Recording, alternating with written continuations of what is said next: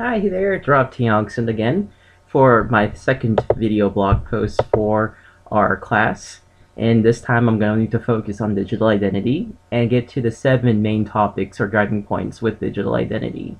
Now for this particular module, I looked at Tim Rainer's blog, Philosophy for Change, so that I had some kind of ground point or basic framework for how I'd answer these questions.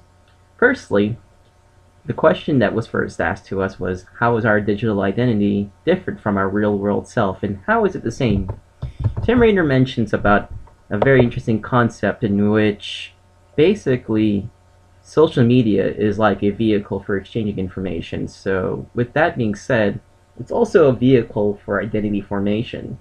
It's very subjectification or subjective in this situation. So in that, I try to basically be myself and not worry too much about what others think about me, much like I would with real life.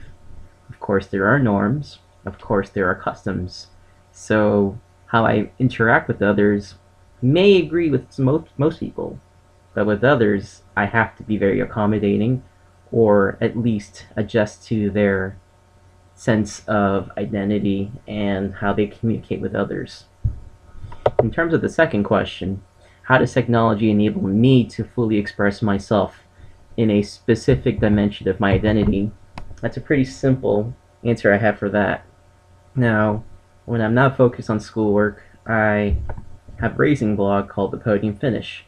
So for me, I think what's important is that I use the technology around me like social media, such as Facebook, Twitter, as well as my website to get newer ideas across and make sure that my name stays relevant, not only as an individual, but in a way I kind of see my name as a brand or a type of force to compete against others like me who write on the side and also have full-time jobs and go to school. So technology enables me to express myself and distinguish myself from others while also remaining true to who I would be in person, but in an online context. Technology definitely governs and influences and shapes my identity because I feel that, much like when I was in high school, if you didn't have the cool gear or the fashion, you pretty much were an outcast. Not that I really care about that kind of stuff now at 29, but when I first came back here from the Philippines to Boston in 2011, I didn't have a cell phone, which I discussed in the video, in the first video blog, and I didn't understand what social media was other than, oh, it's Facebook and it's an online college yearbook.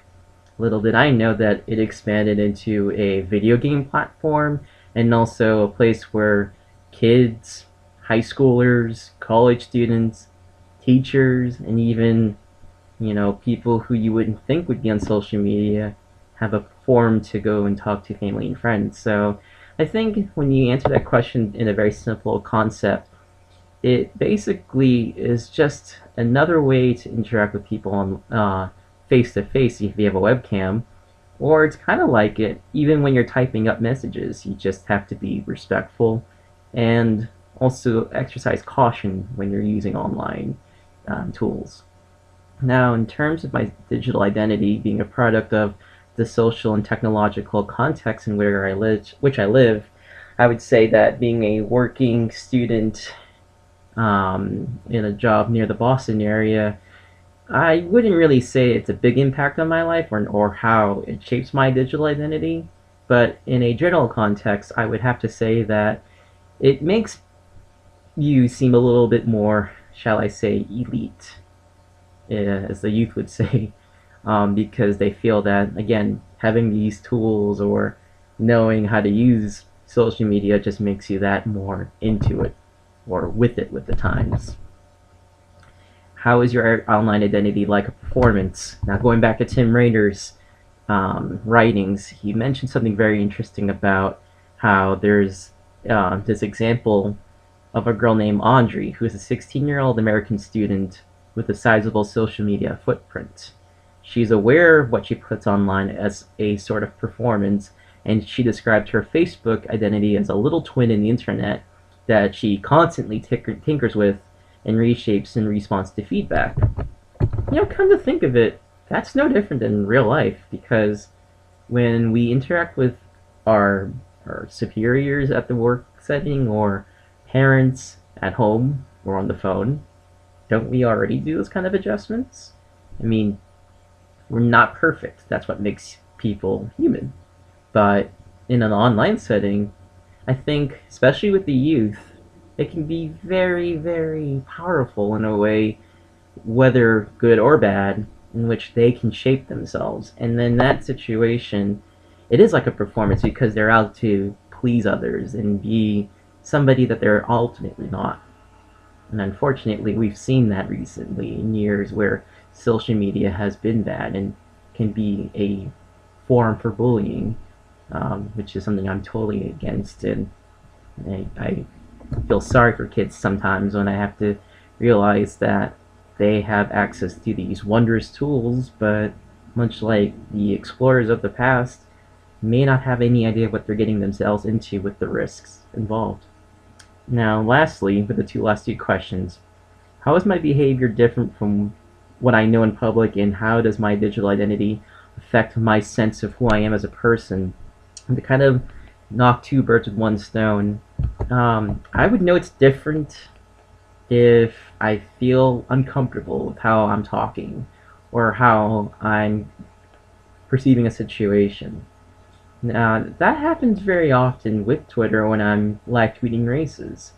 I try to be myself, and when I find that there's not a lot of people reading my tweets, I admit sometimes there are cases in which I do try to act a little bit differently. And that alone, I know that I'm changing my behavior to fit the needs of my audience. Sometimes it's good, and sometimes it's a loss of integrity. So it's kind of like a struggle between, do I care about popularity and engagement, or should I be true to my real self and also be at the risk of losing all followers because of my way of expressing what's going on in a NASCAR race? And then lastly, digital identity with my sense of who I am as a person.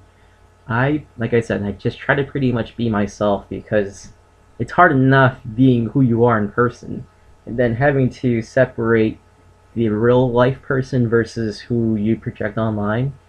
I think being a little older, even though I'm only just 29, if I had to be asked this question at age 20, I would say, oh, it's so important. I have to be this great person that people get along with. But the older I've gotten, the more comfortable I am in my shoes. So, of course, realizing the dangers that are involved with the online world, and you have to realize that you can't take everything at face value, it's still a great tool. It's still a great way to contribute ideas or communicate to people you wouldn't have access to or be able to talk to without the internet, without a cell phone, without a laptop, social media, and all these great tools that we've been able to enjoy in the last 20 years. So, in short, I'd have to agree with a lot of what Tim Rader had to say.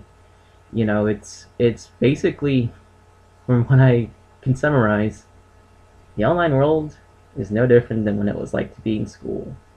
In a brick and mortar setting, of course, since being in SNHU is a whole lot different. But I wouldn't trade anything for the world on that, and those are my thoughts with this week's particular video blog. Thank you very much.